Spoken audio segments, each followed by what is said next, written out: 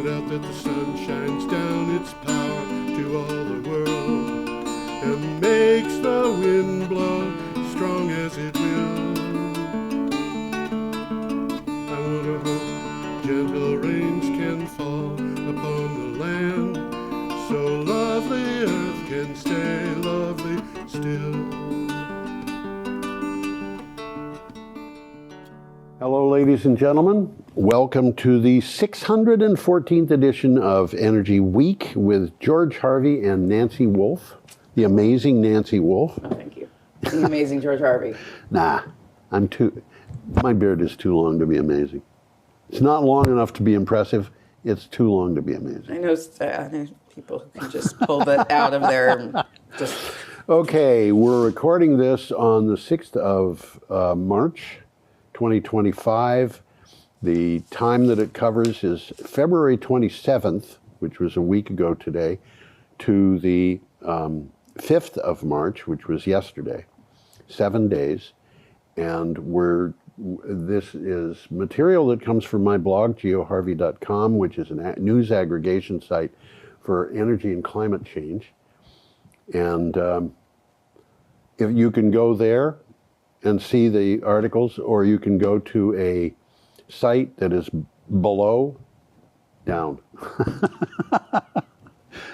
And the advantage of that is that this is a tiny URL, which if you go to that, the articles that we're covering are in sequence, have the photographs, the links that you find go to the articles. Every single article that we talk about is at the site. There isn't anything extra. If you go to geoharvey.com, you'll have to find it, which you can do by going to a calendar. So, are we set to go? We're set to go. Okay. Yeah. This is one of my favorite pictures of it's a nice one. It's this article is yes, NOAA adjusts its historical weather data. Here's why. Yeah, this comes from ABC News, and I'm very fond, by the way, of Prospect Park. I went to Pratt Institute, and Prospect Park is one of those places that you can go in Brooklyn, and in this particular photograph, you can see a rather large building in the distance. But I'm gonna correct you here, because this is the Brooklyn Botanical Gardens, which is in Prospect Park, isn't it? No. Oh. It's a separate. I mean, they're close. You know, they're close. Okay, I thought they were the same thing. It's as someone who lived in Brooklyn. No, it's not. It's not. She's right. I'm wrong. Yeah. But I can tell you one thing about Prospect Park, and that is there are places in Prospect Park where you can sit down and have a picnic, and you cannot see any buildings, and you're in Brooklyn. And there's birds. There's birds. Lots of birds. Lots of birds. I have a good friend who goes bird watching every morning. I thought you were going to say Park. bird hunting.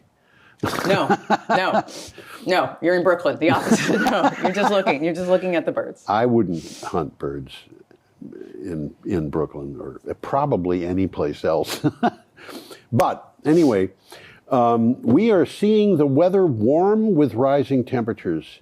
Is the data adjusted? The ABC News chief meteorologist and chief climate correspondent Ginger Z. Do you know Ginger Z? I don't know Ginger Z. If you go to ABC News and you watch and see her, see the much material about weather, you will see, or climate, you will see Ginger Z.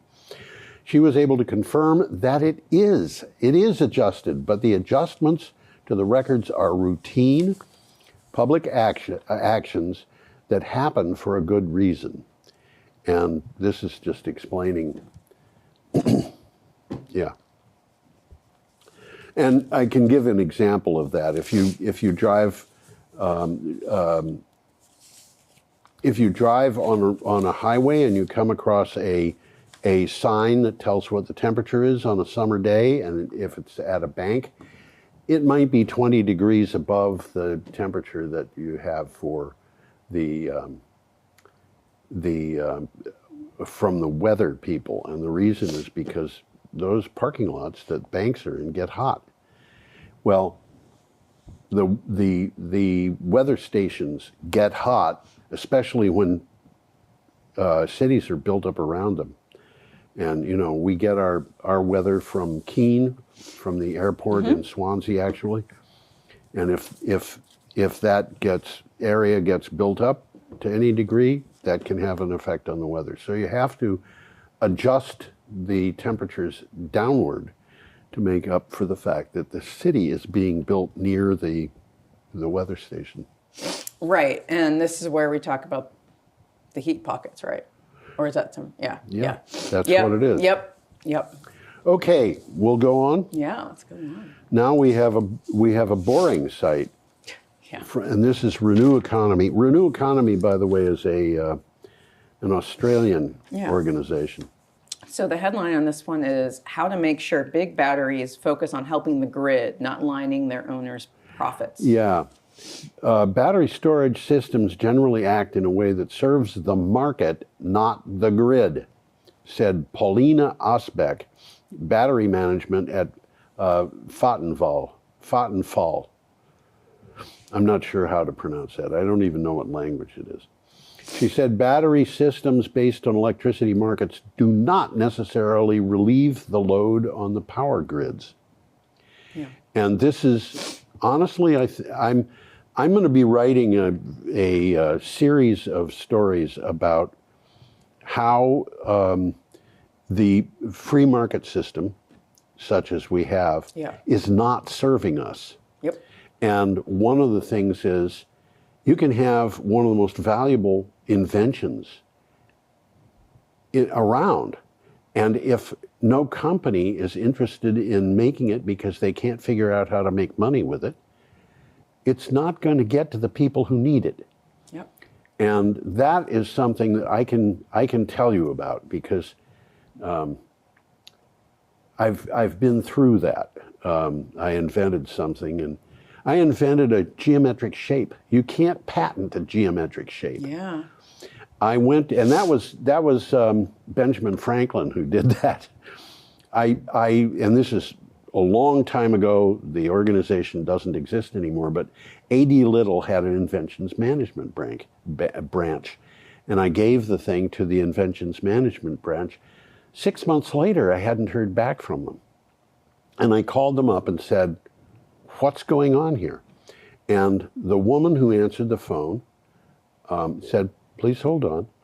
The next thing I knew, there was a man talking to me who identified himself as the president of the branch. He knew what I had invented. He didn't have to ask anybody. He knew what the problem was. He could tell me right on the phone. The problem was his engineers said that the shape that I had discovered was important for people, but his lawyers said there's no way to make money with it. Yeah. So lawyers pick up cases pro bono. Does anybody else pick up cases pro bono? Do you know of anybody? I don't offhand. I think probably there are doctors who do. Of course, but anybody who has a service that they want to volunteer, sure. Yeah, but it's not the way that we do business, and lawyers do it a lot. Yeah. Okay, we're going to go on. Yeah, yes. We have a traffic jam. And this article is from Clean Technica. Yeah, so here we have Trump wants to kill New York congestion pricing that raised $48.6 million in tolls during its first month. Who would have thought that New York's congestion pricing plan would raise $48.6 million in its first month? Not President Trump, who ordered the Department of Transportation to revoke New York's federal congestion pricing authorization. What? Why? Trucks, maybe. I don't know. You'd think that he would look at this and say, oh, there's a good way to make money. We can do that in the District of Columbia. Just make the downtown part of Washington, D.C., or the 10 blocks around the White House. Or You're right now solving the problem of the Beltway, Yeah. which is every Washingtonian's circle of hell. Yeah. So that would be nice. I think people would like that, actually, in D.C., because people... Oh, yeah, people really complain about that. That's a big thing. It's like the traffic is crazy from 3 p.m. When I was working in Washington, D.C., I didn't notice it. But then I didn't have a car. So Right, exactly. Unless you are doing that commuting from outside of like the metro. Well, I was actually staying in the metro, except when I was in Crystal City. Yeah. Because Crystal City's not Washington. It's not very even, confusing not because even parts of DC Virginia anymore. are known as DC, but they're not actually. But you're in the middle of Virginia.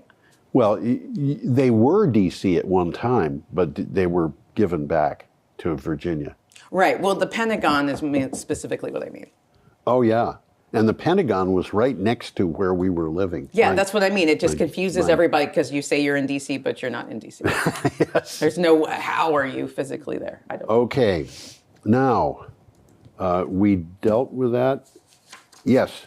Yes. And now we have Leapting's AI-powered robot is transforming solar panel installation in Australia. This is from Clean Technica, and that picture is a picture of the robot. This is not a human-looking robot. You know, it isn't a robot that shuffles up to you with a tray of drinks and asks you what you want. Chinese company Leapting reported that its intelligent automatic navigation PV module installation robot, that's quite a title, will be deployed at a large solar farm in Australia. The robots are expected to speed up installation times, reduce labor costs, and improve safety on site. Now, I didn't see in this article anything saying that they would use these robots to install on rooftops. I think that's probably coming at some point. But these things, you know, if you have solar arrays these days are just getting huge, and you could have 100,000 or 1 million panels, and these robots could just go in and make them happen. So I'm going to go on to the next. Oh yeah, I like this picture. Yeah, this one's nice. It says nation's salvage funding deal to reverse wildlife decline. Yeah, this is from the BBC. At UN talks in Rome, agreement was reached on a funding plan for reversing the decline of nature. Nature is in decline. The nations overcame deep divisions that had led to a breakdown in negotiations last year. The deal will help countries reach a goal of raising $200 billion for biodiversity action in 2030. And I have to say, I'm not sure how to feel about this. The reason is that I'd like to see all kinds of animals, species survive. All right, I've got a note here that I looked up. More than 157,000 species are listed on the IUCN Red List for threatened species. Yeah.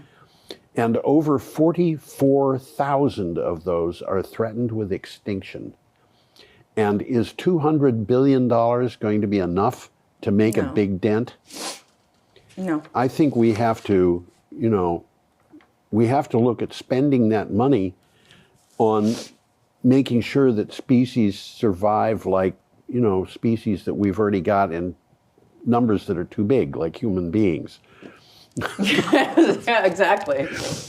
Yeah, there we go. Sorry I'm about that. I disagree with Bill Gates, who says we've got to have fewer people, and you'll be amazed when you see the next. Is he one of the tier? I don't know. Which ones? I'm just saying, if you are willing to throw yourself on the fire as the fewer people, that's different than if you're like other people should not exist. Well, Bill Gates is about the same age as I am, which is about the same age as Donald Trump. And I think the world could do without any of the three of us.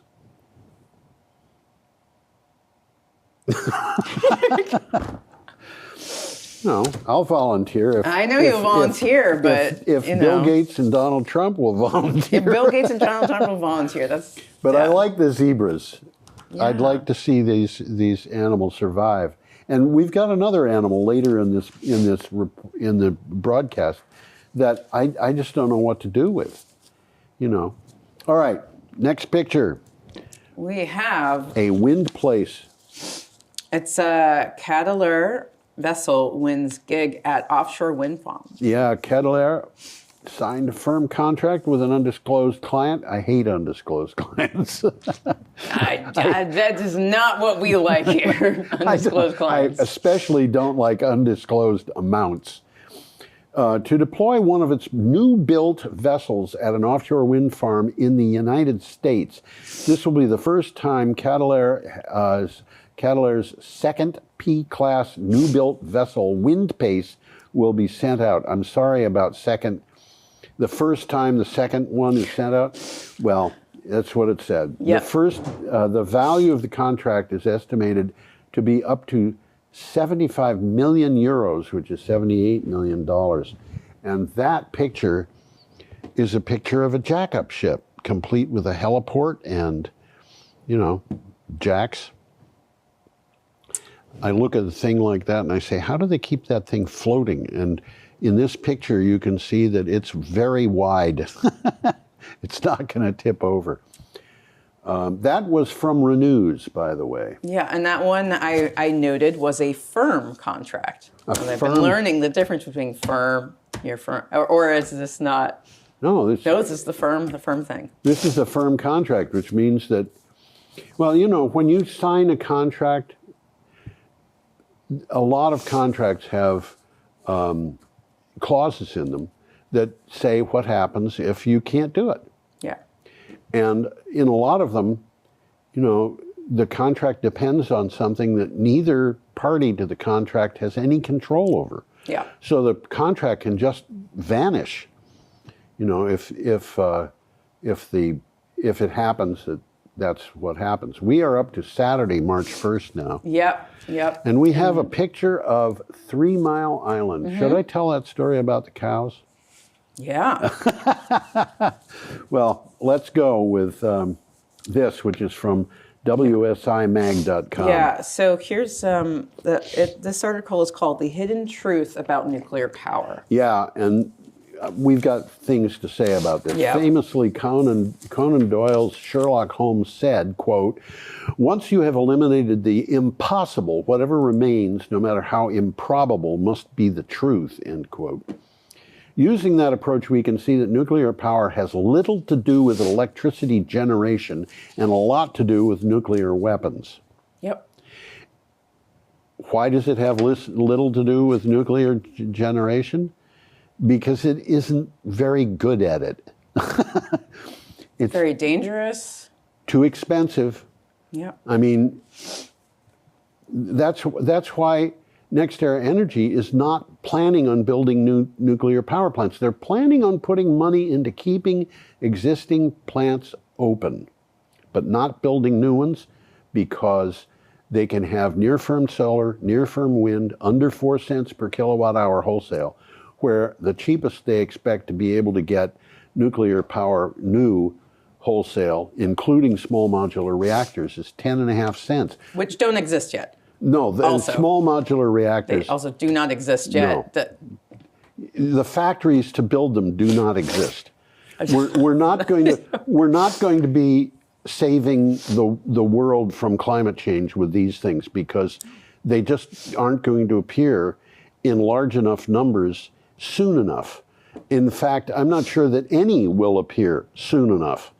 So you can. But they're buzzwords at the moment. I feel like they're just buzzwords. Yeah, and you can have more reliable electricity from near-firm solar or near-firm wind, much cheaper, much quicker.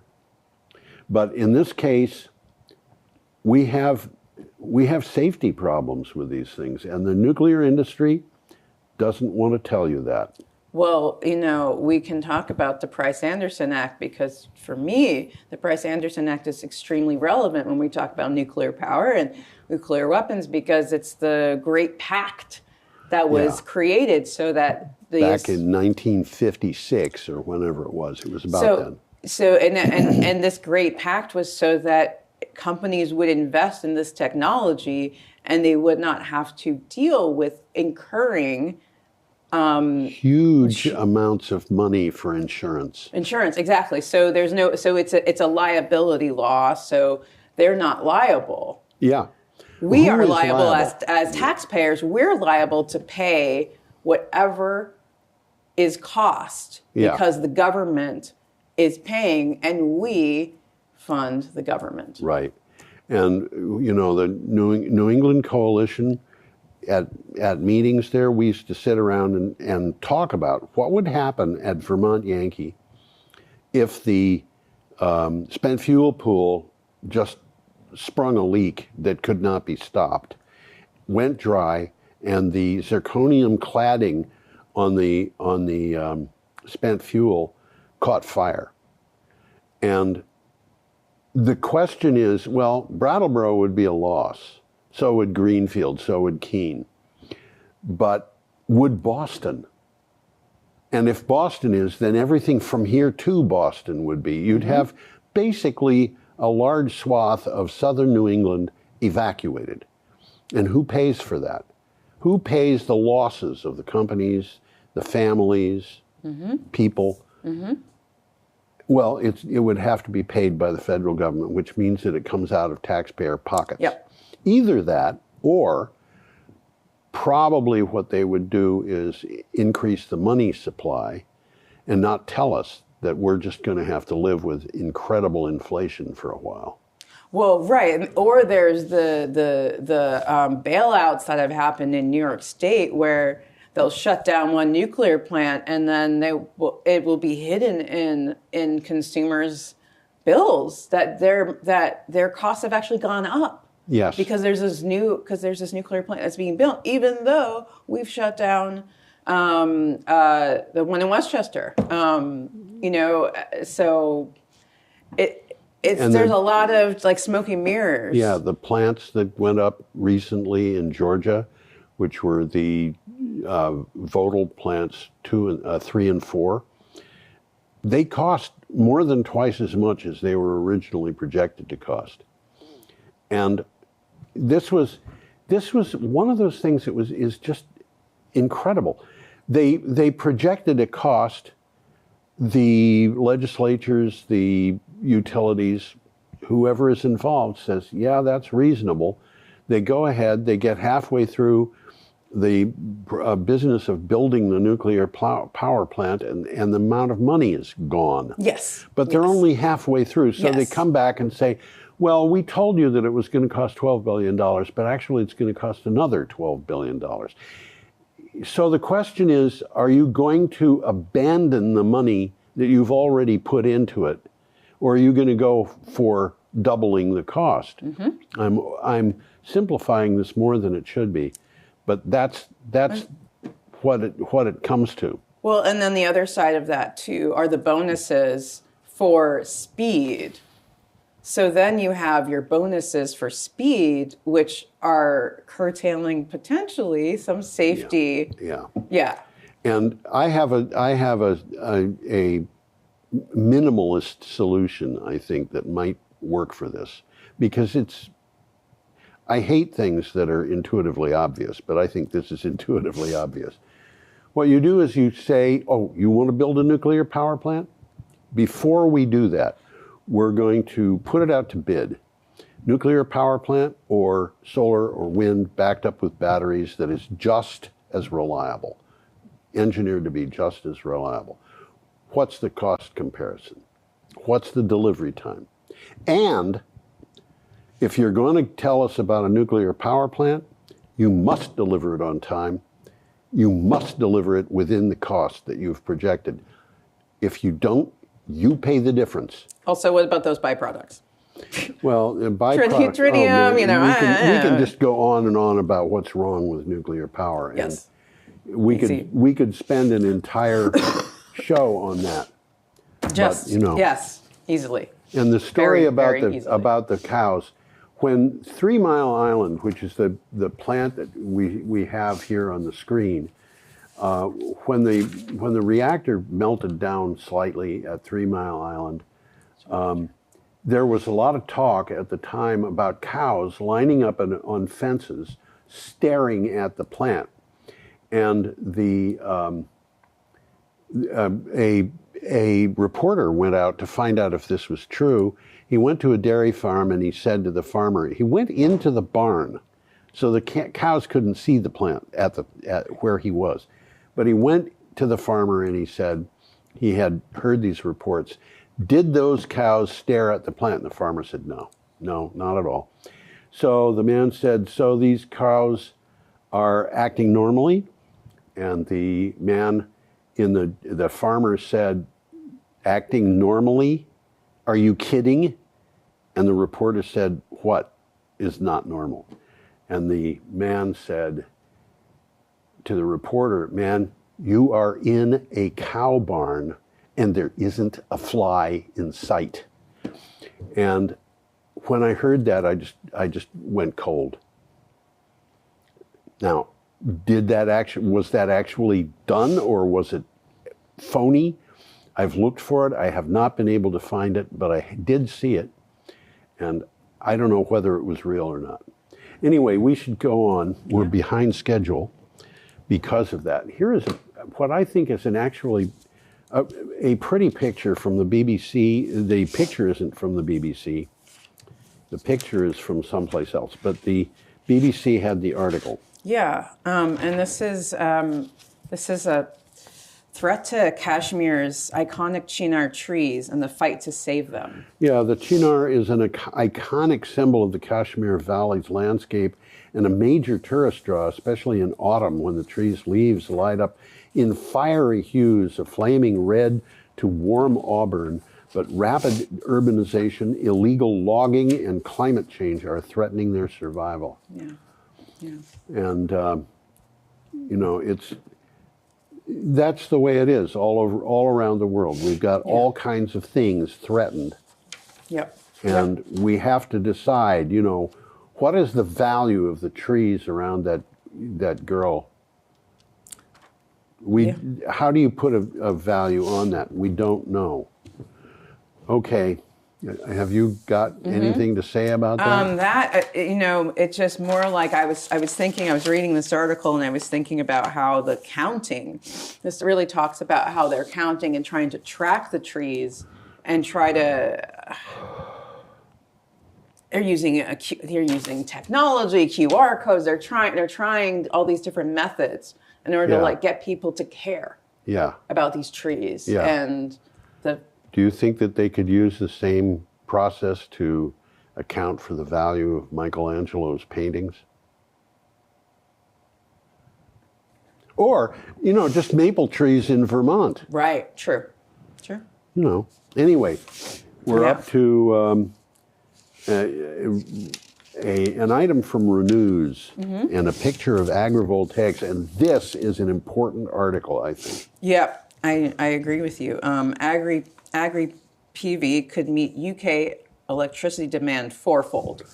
This is astonishing. A team of academics from the University of Sheffield did research on the potential benefits of agrivoltaics, where land is used for solar energy production and agriculture combined.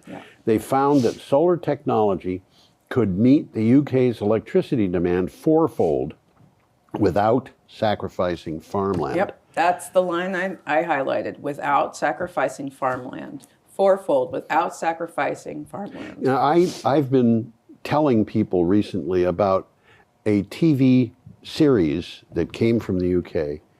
And if you go to YouTube and you type in U-boat Wargamers, you'll get this series along with a bunch of stuff that looks like it's part of the series but isn't. But you will get a thing, you should get a thing that is 6 episodes. And I've been telling people every little girl should see this. It's about U-boat tactics during the Second World War.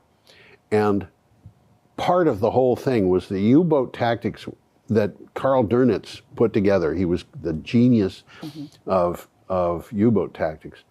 They were demolished by a bunch of girls in the UK. But one of the things that the series has in it is the problem of U-boats for the UK, because the UK only produces about 20% of the farm products that it needs for its own survival. All this stuff has got to go there. And that's putting up solar panels on property is something they would lose agriculture. They can't afford to lose agriculture. No, that's why this is. Yeah, this is important. so important. You could do this in the United States too. You could have agriculture that is producing agricultural land that is producing, in some cases, more product than it has in the past. Some products will actually increase by 200%. So now we have this. Now we have Vermont. Yes, in our newscast today. And interestingly enough, the article about Vermont, about Windham County, Vermont, yes, comes from the BBC. I love that too, and it talks about an organization around our town. Yes. And so the headline on this one is why Vermont farmers are using urine on their crops. Yeah, urine was used as a fertilizer in ancient Rome and China. Now Vermont farmers are using it again to boost harvests and grow crops more sustainably.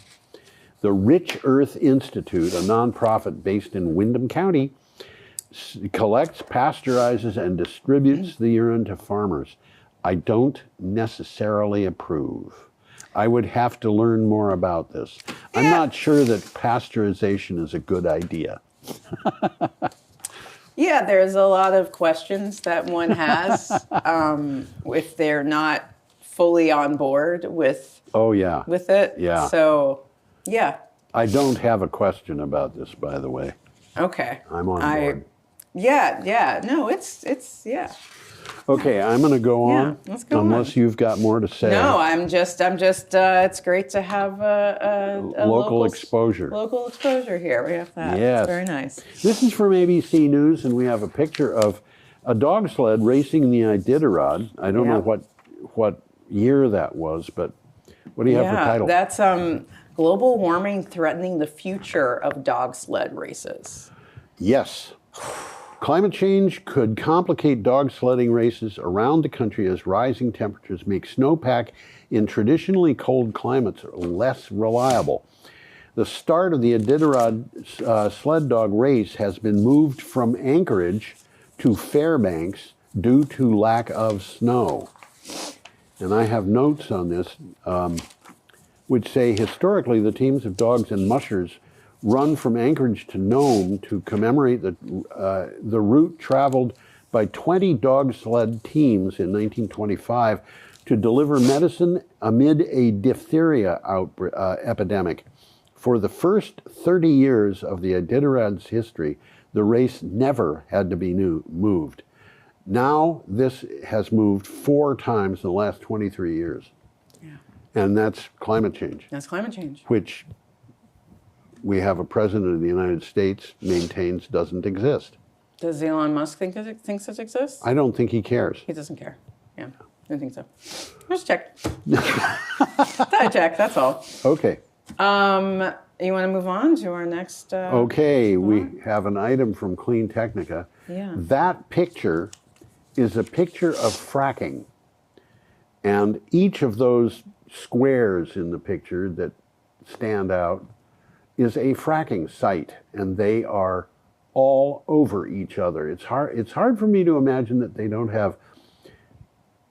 The wells go down and then they curve, and they go off to somewhere, and so they're going under each other. And one of the areas I've spent some time with my film in Colorado, and Colorado is riddled with so much fracking. Oh, so man. many wells, so many requests for wells. Even one time at the site that my film was about, there was a company from the UK that wanted to frack underneath a nuclear weapons dump site.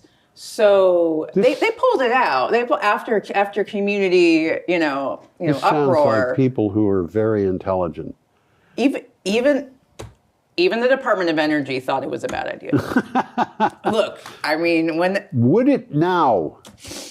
this Department of Energy say it was a bad idea? I don't know. I would just say local Department of Energy folks might say that. Okay, this is from Clean Technica. Yeah. And the article is Energy Dominance Will Make Americans Sick. The key to energy dominance, which is a term that comes from our fearless president, is fracking, injecting water containing a stew of toxic chemicals deep underground to force more oil and methane to the surface. What is in that water? Nobody knows. Actually, they do know. They just won't tell us. Yes. Can I highlighted this part because the fracking industry got state and local officials to pass laws that let them keep it private. Yeah. So we don't. Yeah. This is like saying, okay, we don't want to tell people what's in those eggs. If they have bird flu in them, tough. That's private information. It's private information. That's right. And people in the old days, and I'm going back to the 19th century here, before the FDA came into existence, it used to be that there were certain unscrupulous pickle makers who would make a pot of pickles and throw copper pennies into it to make the pickles a beautiful green color. And the fact that they would poison people, and the first symptom of the poisoning was paranoia. And I'm not kidding. They just lived with that. Somehow they were able to sleep through the night.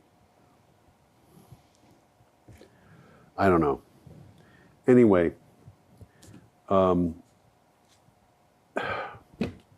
do we have more to say about this? I don't know. There was a movie called Gasland 1 and then 2. It gives you the money shot where you can see when you can light your water on fire. Man. So that sticks out for me as a doc filmmaker. Is that for me that movie really sort of changed the way I thought about making movies about the environment and understanding how extreme this is for anybody living anywhere. Yeah. Well, we should probably go on. We're still let's go behind. We're up to March 3rd, Monday, and we have a picture of a wind farm in Australia. Yeah. And so we have here reports from Utility Magazine. Reports reveal Australia's record renewable year. Australia is kicking net zero goals with 3 industry reports highlighting the country's latest milestones, including a record amount of renewable electricity generation and emissions reductions in 2024. Australia's total greenhouse gas emissions are now 29% below 2005 levels. 2005 levels. Let's just repeat that part. Yeah. Okay, 2005 levels. Yeah. I'm sorry, the United States is so far behind in this. It's crazy. It's become a point where it's a decision that we've made. It has nothing to do with finance. It has nothing to do with anything other than someone decided to make a decision, and that was going to be the policy, irrespective of all the things you're supposed to base policy on. Yeah, and unfortunately, I agree with you. I would much rather say, Nancy, you're wrong. But unfortunately, you're not wrong. Policy decisions, let's go with the cheapest energy source, solar or wind. Let's go with the one that's quickest to install, solar or wind. Let's go with batteries backing up that solar or wind. Or on the other hand, let's use a higher cost power source. Yes, that also has other implications for Yeah, the workers who work there and all the yeah. It is, people should know, by the way, that in 100 years ago, there were over 800,000 coal miners in this country. That number has dropped to, I believe, under 40,000. So it's dropped by 95%. And the United States started kicking coal as a fuel source in favor of something else in about 1905, when it started adopting, the U.S. Navy started adopting oil for its ships. But we've got no reason to be putting in coal or oil. And in fact, in the last few months, the amount of gas that has gas plants that have been put in for generating electricity is only about 5% of the amount of renewables. And the amount of gas burning capacity that we had at the end of last year was actually, even though we installed some gas burning capacity, the amount of gas burning capacity was actually lower than it was the year before, because we were retiring more than we were putting in. But the other aspect of this that is harder for us to understand is the fact that the military's climate impact is never going to be thought of or looked at. It's removed from reports. Yeah. That piece of information, and that's a lot of contamination all over the world. Yeah. But those numbers won't make it into any reports, and so we will not have an accurate description of the amount of devastation. Yes, yes. Okay, we have an item from Clean Technica. Yeah. And this is a picture of Domaine Carneros. Carneros, yes. Yeah, Domaine Carneros takes control of its energy future with a Schneider electric microgrid. The Domaine Carneros winery in Napa, California partnered with Schneider Electric to turn their on-site solar and generator systems into a classic microgrid. Schneider Electric invited Clean Technica for a tour of the facility and a look at the microgrid. I want to mention, Napa Valley had a lot of fires a number of years ago. Yeah. And there was one winery in Napa Valley that operated through that fire entirely remotely. There were no people there, but they had an irrigation system that was operated as a result of a combination of renewable energy providing the power and the internet providing the link to the operators. Yep. And it was just off-site. And they did not have a lot of burned grapevines and stuff like that. There are reasons why this works particularly well. Okay. Okay. Now we have a picture of an Archimedes screw turbine. This is from MSN. Yeah. So Austria regains electricity exporter status due to renewable energy. Austria regained its status as an electricity exporting country for the first time since 2009, driven by a transition to clean energy, with electricity exports reaching 4,747 gigawatt hours last year. Austrian Power Grid attributed this to a large expansion of renewable energy systems. And I don't think we've got time for me to explain what an Archimedes screw turbine is, except that they are kind of expensive, but you can operate an Archimedes screw turbine with a remarkably low head of water, like 6 feet is enough to have a head to operate. So, okay, we're up to Tuesday, March 4th. Yeah. We have a picture of the Yunlin offshore wind farm And this is from Renews. I'm excited about this one. Total Energies inaugurates 640 megawatt offshore wind farm in Taiwan. Total Energies and its partners have put the 640 megawatt Yunlin offshore wind farm in Taiwan into commission. The wind farm consists of 80 wind turbines, each with an 8 megawatt capacity. It will produce 2.4 terawatt hours of renewable electricity each year, powering over 600,000 households. And that is the sight that you see when you're at the wind farm. Yeah. Which doesn't look to me like a terrible view. There are people who don't like wind turbines. Right. There are there are people who don't like wind turbines. My daughter went to Wales and she toured it a little bit, and I asked her how she liked it, and she said, "Oh, it's great. The hills are all covered with sheep and wind turbines." Yeah. Good. Good. Yeah. My son told me why wind turbines are not good for you. He said he was driving in Arizona. He came over the top of a hill, down the other side, and there was a field full of wind turbines just going round and round. And he said he was watching these things, and all of a sudden he noticed that the car was making a funny noise. And he looked at the car and found that he was going over 90 miles an hour. Oh, yeah. Distracted. Yes. And meanwhile, these things were going round and round. Yeah. Okay. Yep. Let's move on over to... Oh, yes. This is the green sawfish, which I told people I was going to put up. This is from the BBC. This is the sawfish-inspired drive to preserve marine life. Yeah. An aquarium announced it is expanding its work to promote the world's marine life by entering into a partnership with a wildlife biobank. The Deep, that is the name of the museum. Yes. The Deep in Hull said the collaboration with Nature's SAFE would help preserve more marine and freshwater species such as the green sawfish, which is what this picture is. Yeah.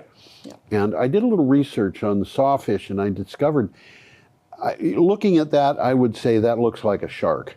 But it's not a shark, it's actually a type of ray. That makes sense. I can see that. I can see that from the shape. And all species of sawfish are critically endangered. So, do we put money into these things? Because if we don't, we're going to lose not just the species, but all of them. Yeah. And that is something that I find very sad. And one of the things that we think about when we think of infrastructure, right? We think about all the infrastructure underneath all those things, like all the animals that are related to this animal and how they create an ecosystem. That's right. That is right. Okay, I'm going to go on from there if you don't mind. Oh, yeah. We have that one here. An abandoned pump jack. Yeah. And this is from the World Economic Forum. Yeah, this one's something. The U.S. enters its drill baby drill era. Here's what the top energy leader has to say. Yeah, some energy observers speculate that energy prices and other market forces may deter energy companies from increasing drilling, noting that the United States has been the world's top crude oil and liquefied natural gas producer for several years. How in the world can we drill baby drill to make more money when we're already selling to the greatest amount of material that was ever sold? It doesn't make sense to me. It's not supposed... I don't know that it's supposed to make sense. I don't think it is. I don't think it is. Feeling here. I don't. I think you're probably right about that. It's a PR, you know. Well, it is. Yeah. And it's like Donald Trump wanted to put tariffs on goods coming in from Canada and Mexico. Yeah. And then for the second time in a couple of months, he has backed off of that. And the Premier of Canada is saying, listen, it's not just cars. You want us to change our our ways back to what they used to be, you're going to have to get rid of all the tariffs. So we'll see what that turns into. Yes. We're up to Wednesday, March 5th. Yeah. And we have an item from PV Magazine USA, and those are trade goods in, I think that's a picture in, well, it says Port Calls, Asia. So it's Asia. So I think it's in Asia? It's in Asia. I don't remember whether it's China or Taiwan. I think it's one or the other. Okay. So Trump's energy agenda to encounter roadblocks, Wood Mackenzie says. Yeah. A report from Wood Mackenzie that explores the implications of actions by the Trump administration says North America's energy transition could slow down by rising trade tariffs, infrastructure delays, and policy uncertainty for emerging technologies. There you go. Yeah, we needed like an extended head shaking moment. Yes, an extended head shaking moment. Yeah. You got it. Yeah. You want to do it again? No. Okay. Should I go on, or do you have something to say? I think it speaks for itself. Okay. Honestly. We have an item from BBC, and this is depressing. Yes. Antarctic ice is the picture. Yeah. We have the world's strongest ocean current should be getting faster, but it is at risk of failing. Okay, flowing clockwise around Antarctica, the Antarctic Circumpolar Current, which is abbreviated as ACC, not AOC. I always see that as AOC. I'm thinking to myself, what is a Puerto Rican woman, not that she actually is, she's New Yorker, but what does this woman have to do with the Antarctic? It doesn't make sense. I don't know. Maybe of, there's a connection you're about to make. Well, I'll tell you. I think that AOC would have more important things to say about it than half the people in Washington. Oh, absolutely. I just learned recently that she's a representative for a friend of mine where my friend lives, and I felt, oh, okay, that's good. I got Bernie and you've got AOC. All right, we're okay. We're okay for the moment. Okay. Flowing clockwise around Antarctica, the Antarctic Circumpolar Current is the strongest ocean current on Earth, 5 times as strong as the Gulf Stream, over 100 times as strong as the Amazon River. It is being weakened by fresh water from melting Antarctic ice. And I did some reading on this. Yeah. I'm just going to read my notes here. Mm-hmm. The current helps keep warm water away, protecting Antarctic ice sheets. It also acts as a barrier to invasive species such as the southern bull kelp and any animals hitching a ride on these rafts. It plays a big part in regulating the Earth's climate. One thing that the article doesn't say explicitly, but you can get it from it, is, okay, this current is going around Antarctica and it separates Antarctica, which it's keeping cold, from the rest of the world. Except for one thing, Antarctica isn't separated anymore. This current isn't strong enough now to prevent warmer water from getting into Antarctica, or maybe the warm water is actually just produced there by the sun because there's less ice. But when this current stops functioning the way that it should, yeah, we're going to have much faster ice melts in our Antarctica, which will make the current slow down more. This is not a good thing. And, you know, I don't know what to do about that. I mean, okay, should we go on? Let's go on. Here is a picture that I think is kind of interesting. Yeah. Well, yeah, this is an interesting one to me too, article-wise as well. And our headline here is U.S. Air Force leads Defense Department into a geothermal energy future. The U.S. Air Force, this is from Clean Technica, by the way. The U.S. Air Force is an early adopter and market mover for the budding domestic solar industry back in the,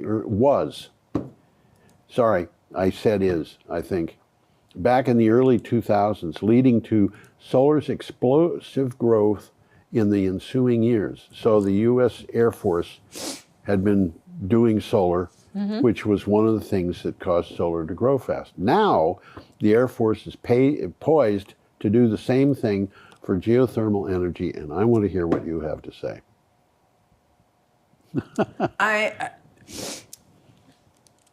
I generally think it's funny. That's generally what I think, because when I hear about the Air Force or any military organization or saying, any organization sending airplanes into the air, yeah, I get a bit confused about the utility of such. Yeah. But I'm curious your thoughts. First of all, I have been watching various military uses of renewable energy and seeing that the Army, for example, when we were in Afghanistan, was trying to get as much of its energy as possible from solar panels, because it didn't trust convoys of gasoline and oil to get to the people who needed it. Yeah. So the Army, and I believe the Air Force too, was very interested in using renewable fuels because they were more secure. Yeah. Now we've got the Air Force going in for a plant like the one in the picture, and that is basically predictable under the circumstances. There is one other thing, though, that I would mention. Sorry about the coughing. Using fracking, and I don't like fracking under any circumstances, but using fracking, you can get geothermal heat almost anywhere in the country. So we can heat buildings in Vermont by fracking in Vermont. I'm not sure that the woodshed wouldn't be a better place to store energy. Well, this is just reminding me of that article from a couple of weeks ago on the show where it was like, this isn't fracking. We're just putting steam into rocks.